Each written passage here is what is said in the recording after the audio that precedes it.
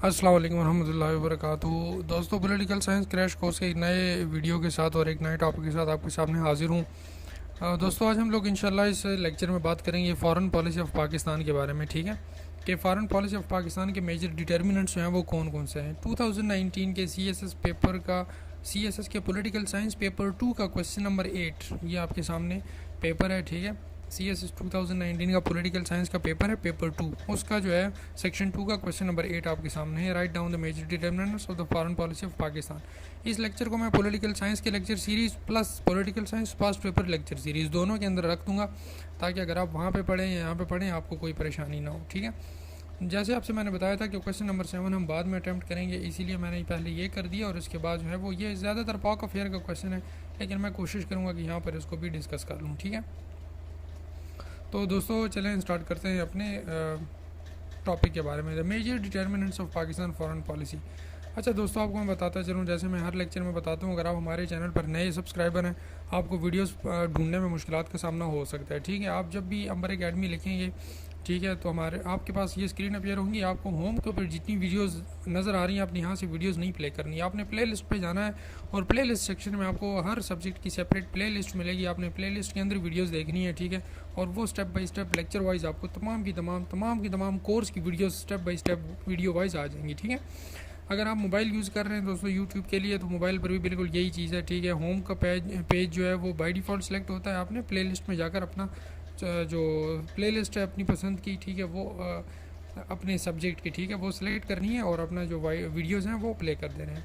ठीक है दोस्तों, अब जाते हैं अपने टॉपिक की तरफ। सबसे पहले हम जानने की कोशिश करेंगे फ़ॉरेन पॉलिसी होती क्या है। ठीक है, और दोस्तों फॉरेन पॉलिसी अगर हम लोग डिफिनीशन लें तो फॉरेन पॉलिसी और foreign relation refer to how a government deals with other countries. ठीक है, कोई भी जो गवर्नमेंट होती है वो बाकी कंट्रीज़ के साथ, या कोई भी एक कंट्री है, कोई भी मुल्क है, वो दूसरे कंट्रीज़ के साथ किस किस्म के ताल्लुकात रखेगा, ठीक है, वो उस मुल्क की फॉरेन पॉलिसी कहलाती है। उर्दू में हम इसको खारिजा पॉलिसी कहते हैं।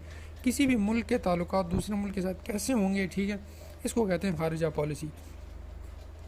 और खारिजा पॉलिसी जब किसी मुल्क की बनाई जाती है तो देखें, सबसे पहले ना ज़रूरी जो चीज़ होती है पॉलिटिकल साइंस में या इंटरनेशनल रिलेशंस में, वो है the nation and it's citizens और नेशन। ठीक है, ये दो चीज़ें हैं दोस्तों, ये आपने याद रखना है, the interest of nation and citizen. कोई भी मुल्क हमेशा जो है वो अपने सिटीजन्स और अपने नेशनल इंटरेस्ट को मद्देनज़र रखते हुए फॉरेन पॉलिसी जो है वो बनाता है। ठीक है, अब देखिए फॉरेन पॉलिसी डिपेंड करता है कुछ चीज़ों पर, और उसी चीज़ को हम लोग कहते हैं the determinants of foreign policy. ठीक है, डिटर्मिनेंट ऑफ फॉरेन पॉलिसी वो फैक्टर्स हैं जिनको मद्देनज़र रखते हुए कोई भी मुल्क अपनी फॉरेन पॉलिसी जो है वो बनाता है। ठीक है, अब वो कौन कौन सी चीज़ें हैं उसके बारे में डिस्कस करते हैं। ठीक है, वैसे मुख्तलिफ बुक्स में आपको मुख्तलिफ चीज़ें मिलेंगी, लेकिन मेजर जो कंट्रीब्यूटर्स हैं, ठीक है, जो मेजर डिटर्मिनेंट्स हैं वो ये हैं। देखें, ज्योग्राफिकल फैक्टर्स हो सकते हैं, culture and history, economic factors, technology, national capability, leadership, political accountability, bureau of press and bureaucracy. ठीक है, ये कुछ डिटर्मिनेंट्स हैं। लेकिन देखिए, हम पाकिस्तान के सिनेरियो से बात करेंगे, ठीक है, तो पाकिस्तान के सिनेरियो में कुछ चीज़ें थोड़ी सी डिफरेंट हो सकती हैं, होंगी यही चीज़ें। ठीक है, आपके सामने मैंने मुख्तलिफ चीज़ें रखी हैं, आपको थोड़ा सा आइडिया हो गया होगा कि कौन सी ऐसी चीज़ें हो सकती हैं जिनको मद्देनज़र रखते हुए कोई भी मुल्क दूसरे मुल्कों के साथ तिजारत हो गई, ठीक है, या और इस तरह के इशूज़ हो गए, वो बनाया।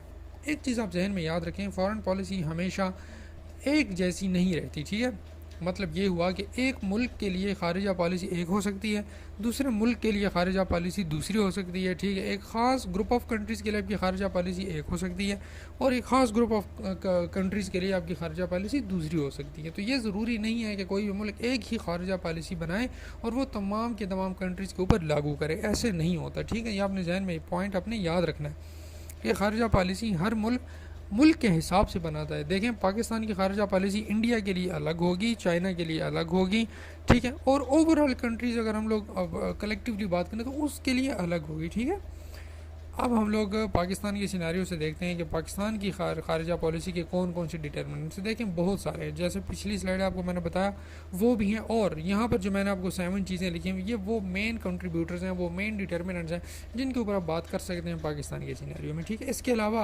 आप और भी अपनी तरफ से ऐड कर सकते हैं। ठीक है, ज़रूरी नहीं है आप ये 7 ही डिस्कस करें। तो मैं 1 बाई 1 आपके सामने इसके ऊपर बात करने की कोशिश करूँगा, ठीक है। और आपके जितने भी मतलब है कि कोशिश मेरी ये होगी फॉरेन पॉलिसी की आपको समझ आ जाए और किस तरह डिटरमिन की जाती है, ठीक है। तो सबसे पहला है जी, अच्छा याद रखें आपने पॉलिटिकल साइंस के पेपर में या कोई भी पेपर हो, जो क्वेश्चन आपसे मांगा गया होना ज़रूरी है कि आप उस क्वेश्चन को ही अटैम्प्ट करें। अभी मैं यहाँ पर ये नहीं लिख रहा कि फ़ॉरेन पॉलिसी क्या है, ठीक है, फ़ॉरेन पॉलिसी को बनाता कौन है, ऐसी चीज़ें नहीं लिखनी। आपसे क्वेश्चन ये पूछा गया है कि मेजर डिटर्मिनेंट्स की बात करें, तो आपने डायरेक्टली मेजर डिटर्मिनेंट्स के ऊपर बात करनी। वो कहानियाँ लिखने नहीं बैठ जाना कि इंट्रोडक्शन की हेडिंग दी और व्हाट इज़ फॉरेन पॉलिसी और फॉरेन पॉलिसी कौन बनाता है, और उन चीज़ों में नहीं जाना। मेन आपको जो फोकस होगा वो होगा डिटर्मिनेंट्स ऑफ फॉरेन पॉलिसी। इसीलिए मैं उन सारी कहानियों को छोड़कर इधर आ गया हूँ, ठीक है। अब वन बाई वन मैं इन सबको कोशिश करूँगा एक्सप्लेन करने की। सबसे पहली जो चीज़ होगी वो है आइडियालॉजी, ठीक है। अब आइडियालॉजी क्या है? आइडियालॉजी का ये मतलब है कि पाकिस्तान की आइडियालॉजी क्या थी, पाकिस्तान किस तरह बना था, ठीक है। पाकिस्तान अपने मार्ज वजूद में आने के लिए जो जद्दोजहद की थी, क्या हम उसे बुला देंगे? ऐसा नहीं होगा, ठीक है।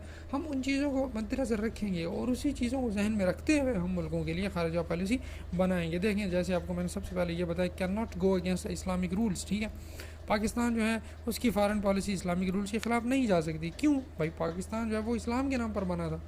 ये एक अलग से डिबेट है कि पाकिस्तान के नाम पर बना था या नहीं बना था, क्या था क्या नहीं था, लेकिन वक्त के साथ साथ यही चीज़ सामने आई कि भाई हमने इस्लामिक वैल्यूज़ को ज़्यादा प्रेफर करना है, ठीक है। तो हम लोग खारजा पॉलिसी में ये देखते हैं कि इस्लाम का जो कंसेप्ट है, ठीक है, उन चीज़ों को हम लोग सबसे पहले टॉप पर रखते हैं पाकिस्तान की फ़ॉरेन पॉलिसी के लिहाज से, ठीक है। इसके बाद इसलिए भी रखते हैं क्योंकि देखें इस्लाम का जो इन्फ्लुएंस है लोगों के जहनों पर वो बहुत ज़्यादा है। पाकिस्तान के जितने भी लोग हैं, ठीक है, ये आपने सुनी होगी ये कहावत कि पाकिस्तान इस्लाम का किला है, ठीक है। तो इसीलिए लोगों के जहनों के अंदर जो है वो इस्लाम का बहुत ज़्यादा इन्फ्लुएंस है। आप इस मुल्क के लोगों के अंदर इस्लाम की जो वैल्यूज़ हैं उसकी बहुत ज़्यादा कदर पाएंगे, ठीक है। इसीलिए हुकूमत जो होगी पाकिस्तानी गवर्नमेंट वो इन लोगों के असर रसूख को मद्देनज़र रखते हुए फॉरेन पॉलिसी डिसाइड करती है, ठीक है। तो the people's influence about Islam is it a very major determinant of ideology of Pakistan. That is why it must be included in the foreign policy as well, ठीक है। इसके बाद can not go against Islamic rules, ये बात हो गई। इसके बाद टू नेशन थ्योरी देखें। टू नेशन थ्योरी अगर हम लोग भारत के साथ फॉरेन पॉलिसी की बात करेंगे तो जाहिर बात है हमें इस चीज़ को जहन में रखना होगा, ठीक है, कि भाई हमने तो तकसीम इस बुनियाद पर की थी कि हिंदू अलग कौम है और मुस्लिम अलग कौम है, ठीक है। तो इसीलिए हम फॉरेन पॉलिसी के लिए ये चीज़ ज़रूर जहन में रखेंगे, ठीक है। इसके बाद आपने सुना होगा ब्लास्फेमी के कुछ रूल्स हैं। अगर पूरी दुनिया में कहीं पर भी इस्लाम के ख़िलाफ़ कोई आवाज़ उठती है, ठीक है, तो पाकिस्तान सबसे पहले खड़ा हो जाता है और उस चीज़ को, उस इशू को उठाता है, ठीक है, उस इशू को रेज़ करता है। Why? Because it is the determinant of foreign policy of Pakistan. It is a major contributor in our foreign policy. That is why we take the issue, we raise the issue whenever something happens in the world regarding blasphemy, ठीक है। तो ये भी एक चीज़ हो, ये हमारी किस चीज़ के साथ रिलेटेड है? आइडियोलॉजी के साथ है, ठीक है जी। अब यहाँ पे देख सकते हैं इसराइल इशू। देखें पाकिस्तान के आइडियोलॉजिकल डिफरेंसेस हैं इसराइल के साथ, और ये क्यों है? इसराइल के साथ पाकिस्तान वाहिद मुल्क है जो इसराइल को एक्सेप्ट नहीं करता, ठीक है। वो इसलिए क्योंकि हमारी जो आइडियोलॉजी है वो इस्लामिक है और इनकी आइडियोलॉजी वो कहते हैं कि इस्लाम दुश्मन अनासर है, ठीक है। इसीलिए पाकिस्तान जो इसराइल को एक्सेप्ट ही नहीं करता। याद रखें दुनिया में दो ऐसे मुल्क थे जो मज़हब के नाम पर बने थे, ठीक है। MCQs में आपके पास ही जनरल नॉलेज के लिए, दुनिया में दो ऐसे मुल्क थे जो मज़हब के नाम पर बने थे। एक था पाकिस्तान और दूसरा था इसराइल, ठीक है। तो पाकिस्तान और इसराइल के ये भी बड़ा टसल है, ठीक है, कि हम लोग इसराइल को एक्सेप्ट ही नहीं करते। और ये वजह क्यों है? ये हमारी आइडियोलॉजी की वजह से, ठीक है जी। आगे हमारे पास ये जियोग्राफी, ये देखें the foreign policy of a country is determined bye it's geography. Napoleon Bonaparte की ये जो है वो कॉल है और उसने कहा था कि किसी भी मुल्क की फॉरेन पॉलिसी का सबसे मेजर कंट्रीब्यूटर होता है उसकी जियोग्राफी। अगर किसी मुल्क की जियोग्राफी बेहतरीन है, इसीलिए उस मुल्क की इंपॉर्टेंस बेहतरीन होगी और ज़्यादा ममालिक होंगे, उस मुल्क के साथ रवाबित उस्तवार रखना ज़रूरी समझेंगे, ठीक है दोस्तों। अभी तक अगर पाकिस्तान की जियोग्राफी की हम लोग बात करें, ठीक है, तो पाकिस्तान के पास जो है वो पोर्ट्स हैं, बिन कासिम पोर्ट, गवादर पोर्ट, ठीक है, कराची के अंदर मतलब आपकी बंदरगाहें जो है वो बहुत ज़्यादा अहमियत का अमल है। अफ़गानिस्तान का सारा ट्रेड, इवन आप सोच सकते हैं कि चाइना जो है वो सी पैक के थ्रू समंदर तक आना चाहता है, ठीक है, अपने रास्ते को कम करना है। सी पैक के बारे में बात नहीं करूँगा, आपने बहुत ज़्यादा पढ़ा होगा इसके बारे में, ठीक है। तो ये कितनी इंपॉर्टेंस है हमारे पास, ठीक है, ये हमारी जियोग्राफी की वजह से हमें ये इंपॉर्टेंस मिली है ना, ठीक है। पाकिस्तान की जियोग्राफी ही ऐसी बनी हुई है, ठीक है। इसके बाद ये है कि पाकिस्तान साउथ एशिया के अंदर इस तरह की जियोग्राफी के ऊपर लोकेटेड है, जैसे एक तरफ आपका चाइना है, दूसरी दूसरी तरफ आपका इंडिया है, ठीक है। दोनों बहुत बड़े आजकल के जो है मुआशी पावर हैं, ठीक है, इकोनॉमिक पावर्स हैं, इसीलिए इसके अलावा भी पाकिस्तान की जो जोग्राफिकल पोजीशन है वो बड़ी स्ट्रेंथन हो जाती है। इसके अलावा अफगानिस्तान देख रहे हैं, अफगानिस्तान के अंदर जितने भी सुपर पावर्स रहे हैं उनका बहुत ज़्यादा इन्फ्लुएंस रहा है, ठीक है। आप अगर यूएसएसआर की बात करें तो पाकिस्तान ही वो इसकी ही ज्योग्राफी थी जिसको इस्तेमाल करते हुए यूएसएसआर को शिकस्त हो गई थी। अब अफगान वॉर के अंदर आप देख लें, बार बार आप पाकिस्तान अफेयर करंट अफेयर में पढ़ते हैं कि आपके जी ज़ल्मे खलीलजाद जो है वो पाकिस्तान को बार बार शमूलियत का जो है वो दे रहा है कि आप हमारे साथ शामिल हो जाएं पीस टॉक्स रिगार्डिंग अफगानिस्तान। तो ये जोग्राफिकल लोकेशन है, ठीक है जी। इसके अलावा अरेबियन सी के ऊपर आप देख सकते हैं तिजारत की गरज से या इंडियन पोर्ट्स के साथ, ठीक है, कि अरेबियन सी के पाकिस्तान के साथ जोग्राफिकल क्या इन्फ्लुएंसेस हैं। इसके अलावा नेबर कंट्रीज़ आपको मैं डिस्कस कर चुका हूँ, अफगानिस्तान, ठीक है, ईरान कितनी इंपॉर्टेंस है उसकी यूएसए के लिए, ठीक है, अफ़गानिस्तान की कितनी इंपॉर्टेंस है, चाइना की क्या इंपॉर्टेंस है, इंडिया की क्या इंपॉर्टेंस है, ये सारे हमारे नेबर कंट्रीज़ हैं, इसीलिए भी हमारी पोजीशन बड़ी स्ट्रांग हो सकती है। So if our relations with our neighbouring countries are good, that is why we will be consider one of the great power in the world, ठीक है। लेकिन मसला ये है कि हमारे ताल्लुकात अच्छे हो जाएँ। That is why geographical importance has a very major contribution in the foreign policy of any country, ठीक है। अब यहाँ पर सी पैक को बता सकते हैं, ठीक है जी। इसके बाद हिस्ट्री के बारे में बात करते हैं। देखिए फॉरेन पॉलिसी हिस्ट्री के अंदर भी बड़ी इंपॉर्टेंट होती है, या मैं यूँ कह सकता हूँ कि हिस्ट्री जो है फॉरेन पॉलिसी के अंदर बड़ी इंपॉर्टेंट रखती है। Clashes with India and Bangladesh, ठीक है, पाकिस्तान आप देख सकते हैं हमारी एक लंबी हिस्ट्री है इंडिया के साथ और बांग्लादेश के साथ। हम फॉरेन पॉलिसी को बनाते हुए वो चीज़ें ज़रूर ध्यान में रखते हैं। अब बंगाली हमसे नफरत क्यों करते हैं कि भाई आपने 1971 में हमारे साथ बड़ा जुल्म किया था, बंगाली ये समझते हैं, ठीक है। अंदर की कहानी क्या थी, I will not go into the detail of that story, ठीक है, लेकिन ये चीज़ें हैं, ठीक है। आप लोगों के जहनों से ये चीज़ नहीं निकाल सकते। पाकिस्तान के लोग इंडिया को हमेशा अपना दुश्मन मानेंगे और इंडिया के दो लोग जो हैं वो हमेशा पाकिस्तान को अपना दुश्मन मानते रहेंगे, ठीक है। आपने इन चीज़ों को जहन में रखना है। जो भी पॉलिसी मेकर्स होंगे वो इन चीज़ों को जहन में रखेंगे, तब भी वो जाएंगे और किसी भी कंट्री के लिए फॉरेन पॉलिसी बनाएंगे, सही है जी। इसी तरह चाइना हमारा बड़ा जी अच्छा दोस्त है। अब चाइना के लिए हमारी जो फॉरेन पॉलिसी होगी वो बड़ी नरम होगी, ठीक है, बड़ी सॉफ्ट होगी, लेकिन इंडिया के लिए जो होगी वो बड़ी स्ट्रांग होगी, ठीक है, एग्रेसिव होगी।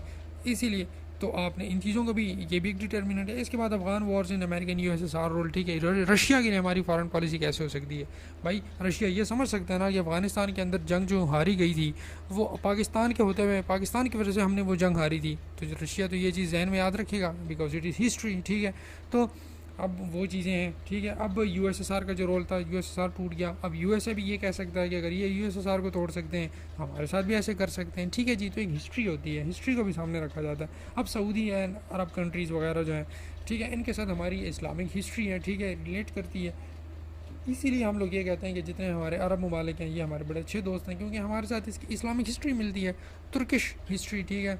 क्यों आपके मुल्क के अंदर तोगरल जैसे ड्रामे वगैरह लग रहे हैं हिस्ट्री पे, ठीक है। तो ऑटोमन एम्पायर वगैरह की कहानियाँ, ये सारी चीज़ें history is also major determinant of foreign policy.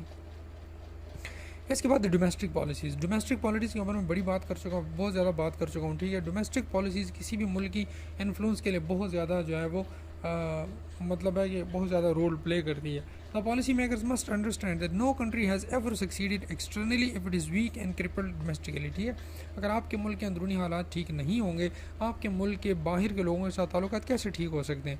अगर आप एक घर के अंदर रहते हैं, आपके अपने घर का माहौल ख़राब है, तो आप लोगों के साथ कैसे खुशफहमी और खुशसलूकी से पेश आ सकते हैं? ज़ाहिर है आपको अपने घर में सब तक सुकून नहीं मिलेगा, आपका मूड ख़राब रहेगा और बाकी लोगों के साथ आपके ताल्लुकात अच्छे नहीं रह सकते। यही वजह है कि इंटरनली पीस और इंटरनल पीस के साथ साथ इंटरनल सिक्योरिटी, ये सारी की चीज़ें मैटर करती हैं, ठीक है। डोमेस्टिक पॉलिटिक्स जो है ये बहुत ज़्यादा मैटर करता है फॉरेन पॉलिसी के लिए। तो देखिए अगर हम लोग आजकल के ज़माने में यूएसए की बात करें तो यूएसए, डोनाल्ड ट्रंप क्या कर रहे हैं? डोनाल्ड ट्रंप ख़ुद को इंटरनली महफूज बनाना चाहते हैं। वो अमेरिका को दोबारा आइसोलेशन में लेके जाना चाह रहे हैं। वो तब भी दुनिया के मुख्तलिफ मुआहिदों से पीछे हट रहा है। क्लाइमेट चेंज के मुआहिदे से पीछे हट गया जी, पीस टॉक से पीछे हट गया। कभी कहते हैं ये चीज़ नहीं है, वो चीज़, मैं यहाँ से मुआहिदे से निकल रहा हूँ, उससे निकल रहा हूँ। भाई क्यों निकल रहा हूँ? वो ये समझते हैं कि हम लोग अपने ऊपर फोकस करें, पहले अपने लोगों को रोज़गार दूँ, पहले अपने यूएसए की डोमेस्टिक पॉलिटिक्स को मजबूत बनाऊँ, उसके बाद मैं बाहर लोगों पर ध्यान दूँ, ठीक है।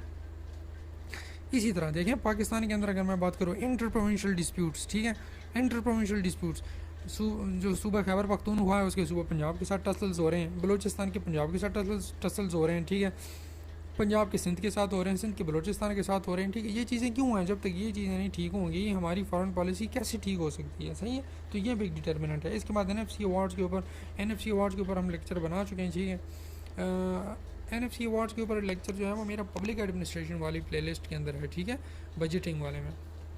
NFC अवार्ड्स क्या है जी? National finance commission. ये एक आसान अल्फाज में बताऊँ तो जितने हमें मुल्क के अंदर पैसा होता है, किस सूबे को कितना पैसा दिया जाएगा, ठीक है, इसको कहते हैं NFC अवार्ड्स। NFC अवार्ड्स में ये चीज़ दी जाती है कि फेडरल किस सूबे को कितना पैसा देगा किस चीज़ के माध्यम में, ठीक है, ये NFC अवार्ड्स है। तो हमेशा आपने देखा होगा जब भी बजट पास होता है तो मसले मसाइल पेश हो जाते हैं जी, हमारे फ़लाने सूबे को कम बजट दिया गया, फ़लाने को ज़्यादा दिया गया, हक मार देगी, ये NFC अवार्ड्स के हमेशा हमारे पास टसल्स रहते हैं।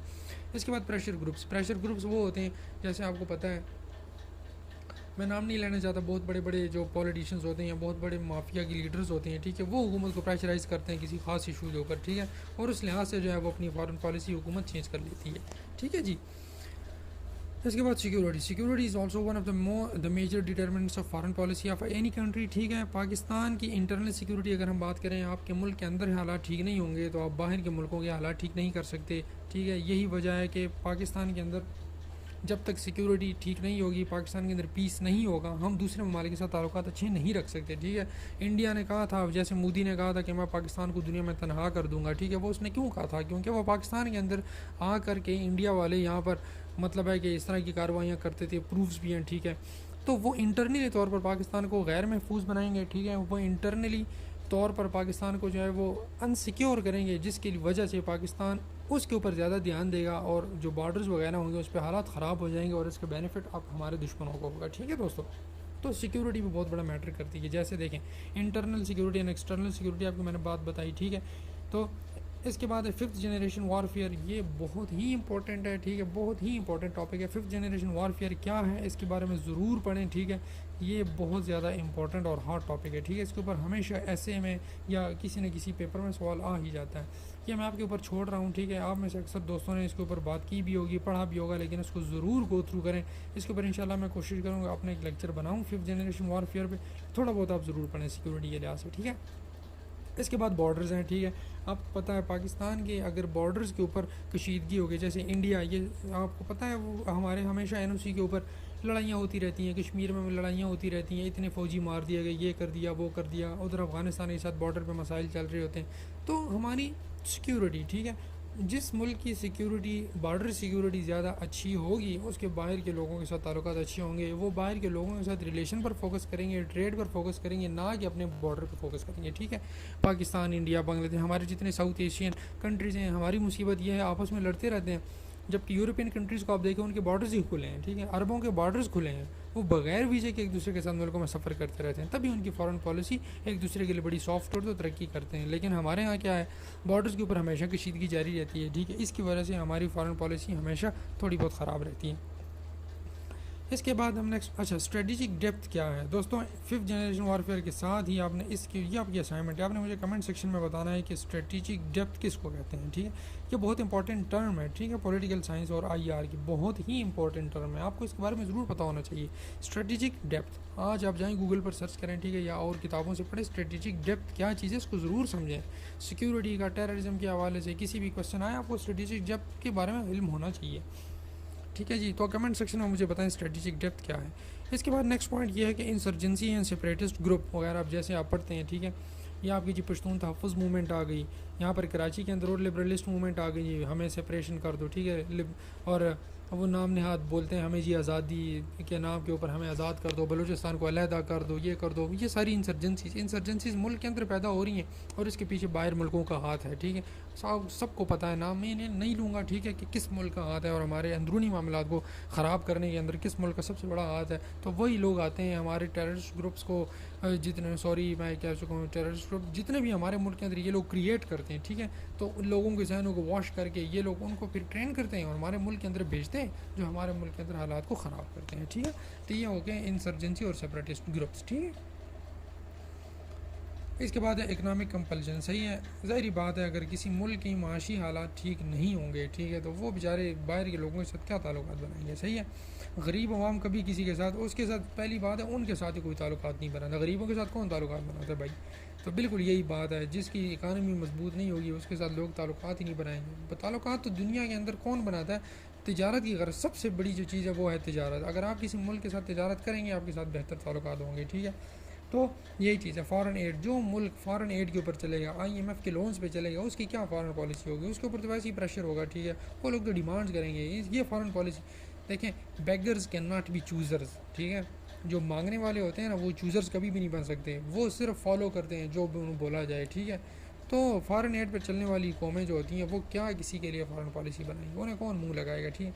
वीक इंटरनल इकोनॉमी, आपके मुल्क के अपने हालात इतना ज़्यादा ख़राब हैं, ठीक है। माशी तौर पर माशी इस्तेकाम जब तक मुल्क के अंदर हमारे नहीं आएगा, हम कैसे कह सकते हैं कि हम बाहर मुल्कों के साथ ट्रेड अच्छा करेंगे, ठीक है। तो ये चीज़ें हैं। उसके बाद माफिया, शुगर माफिया है जी, फलानी माफिया है, मेडिसन माफिया है, फार्मास्यूटिकल वाले हैं, ये माफिया वो भी, जब तक ये माफिया रहेंगे कैसे मुल्क के हालात ठीक होंगे। तो ये सारी चीज़ें ये गौर तलब हैं, ठीक है। इनके ऊपर पहले बात होनी चाहिए पॉलिसी मेकर्स के लिए, इनके लिए पॉलिसी बनाएं। जब ये ठीक हो जाएंगे उसके बाद हम लोग फ़ॉरेन पॉलिसी के ऊपर फोकस कर सकते हैं, ठीक है। ठीक है, कुछ चीज़ें थी, मैंने कोशिश की है जितने आसान अल्फाज़ों में बता सकूँ आपको मैंने बताने की कोशिश की है दोस्तों, ठीक है। इसके बाद नेक्स्ट जो हमारे पास है वो है रिलीजन, ठीक है। This is very important in case of Pakistan, ठीक है।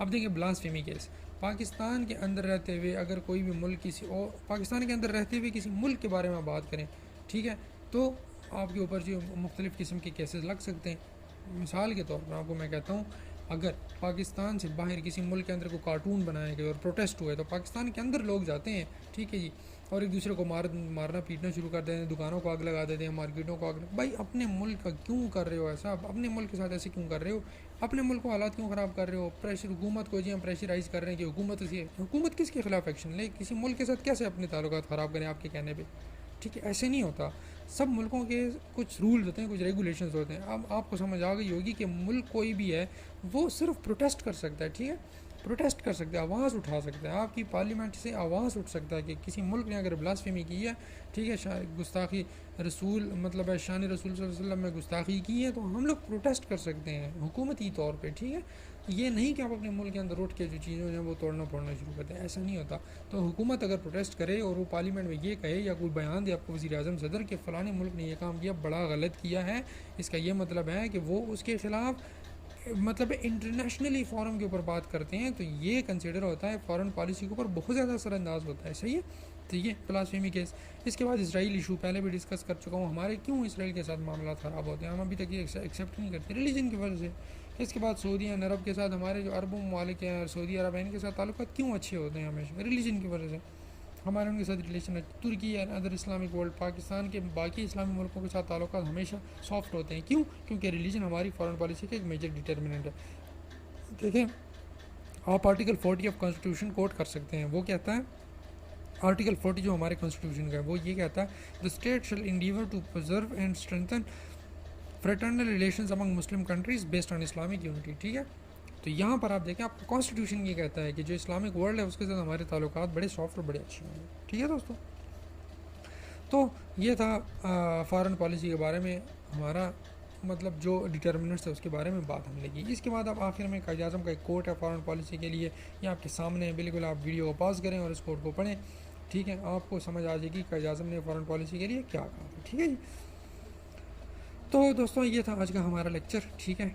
उम्मीद करता हूँ आप सबको समझ आ गई होगी फॉरेन पॉलिसी किसको कहते हैं, क्या चीज़ होती है और डिटर्मिनेंट्स क्या हो सकते हैं। इसके अलावा और भी हो सकते हैं दोस्तों, आप जानते हैं, ठीक है। तो आप अपनी तरफ से जो चीज़ ऐड करना चाहें वो ऐड कर सकते हैं। अगर आपको लेक्चर पसंद आता है ज़रूर लाइक करें और कमेंट ज़रूर करें, जो चीज़ मैं आपको असाइनमेंट के तौर पे देता हूँ, ठीक है। आप पूरी वीडियो देखते हैं तो थोड़ी सी कोशिश करके आपके फ़ायदे के लिए कहता हूँ चीज़ें ढूंढें, ठीक है, और मुझे कमेंट सेक्शन में ज़रूर बताएं जब आपसे मैं चीज़ें पूछता हूँ, ठीक है।